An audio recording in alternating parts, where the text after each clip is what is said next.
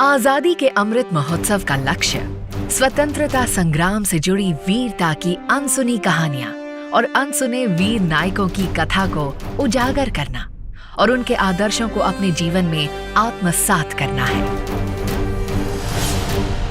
ये शौर्य गाथा देश में सदियों से घुले मिले कई जनजातियों में से प्रमुख भील जनजाति और उनके बीच स्वराज का बीज बोने वाले और उन्हें नई पहचान दिलाने वाले महानायक गोविंद गुरु की है।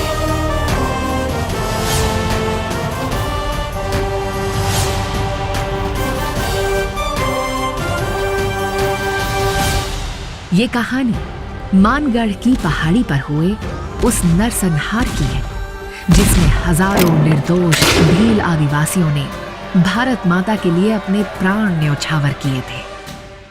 गुजरात की सीमा में मानगढ़ पहाड़ी पर स्मृति वन बना है जिसका उद्घाटन तत्कालीन मुख्यमंत्री और वर्तमान प्रधानमंत्री श्री नरेंद्र मोदी जी ने किया था।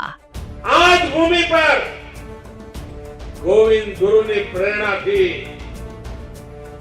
निशस्त्र समाज सुधारक तरीके काम कर रहा है भगतों समूह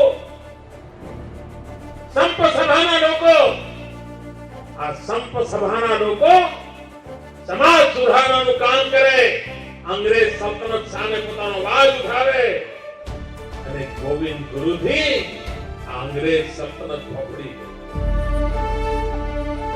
गोविंद गुरु का जन्म 20 दिसंबर 1858 को राजस्थान के डूंगरपुर के बंसिया गांव में हुआ था। उनके नेतृत्व में भीलों का भगत आंदोलन शुरू हुआ था। जब गोविंद गुरु केवल 20 वर्ष के थे उसी समय उन्होंने स्वामी दयानंद सरस्वती के आदर्शों से प्रेरणा ली और 1883 में संप सभा की स्थापना की और इसका आयोजन और प्रसार करना शुरू किया। संप सभा का उद्देश्य भीलों को अंग्रेजों से निडर होकर लड़ने के लिए जागृत करना, गांव-गांव में शिक्षा के लिए पाठशाला का निर्माण करना, बच्चों में संस्कृति की समझ को प्रोत्साहित करना, बड़ों को सनातन धर्म के अनुसरण की प्रेरणा देना, सिर्फ स्वदेशी वस्तु के उपयोग पर जोर देना और शराब और मांस के सेवन को बंद करना था। महात्मा गांधी द्वारा स्वतंत्रता की लड़ाई में संप सभा के आदर्शों से भी प्रेरणा ली गई। गोविंद गुरु ने भीलों के बीच सामाजिक सुधारों की अलख तो जलाई ही, साथ ही स्वराज के बीज भी उनके अंदर बोए। इस बीच अंग्रेजों को यह खबर लगी कि गोविंद गुरु अपने अनुयायियों के साथ भारी संख्या में एक सभा में एकत्रित होने वाले हैं और इस सभा में भील ब्रिटिश अधिकारियों के खिलाफ आंदोलन भी कर सकते हैं।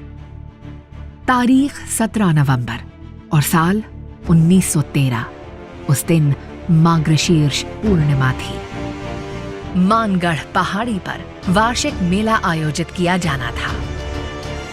भील बड़ी संख्या में मानगढ़ और अन्य जगहों पर इकट्ठा होने लगे थे। उस बढ़ती भीड़ ने ब्रिटिश हुकूमत की रातों की नींद उड़ा दी। पुलिस ने कर्नल शटर के नेतृत्व में निर्दोष भीलों को घेर कर उन पर गोलियों की बारिश शुरू कर दी। ये भयावह त्रासदी 2 घंटे तक चली और 1500 से अधिक भीलों के लहू से ये पहाड़ी रंग गई। गोविंद गुरु को गिरफ्तार कर लिया गया। उन्हें फांसी की सजा हुई जिसे बाद में आजीवन कारावास में बदल दिया गया। गोविंद गुरु जी ने जेल से रिहा होने के बाद अपना शेष जीवन भील सेवा सदन के माध्यम से लोगों की सेवा में लगा दिया। उन्होंने भुरेठिया और गीतों के माध्यम से भीलों को जागरूक किया। जब पूरा भारत अंग्रेजों के खिलाफ छिड़ी लड़ाई में अपने अपने तरीके से योगदान दे रहा था, उस समय गोविंद गुरु अज्ञानता और अशिक्षा के जाल में फंसे आदिवासियों को जगा रहे थे और जला रहे थे उनके अंदर देशभक्ति की मशाल। ऐसे वीर को शत शत नमन।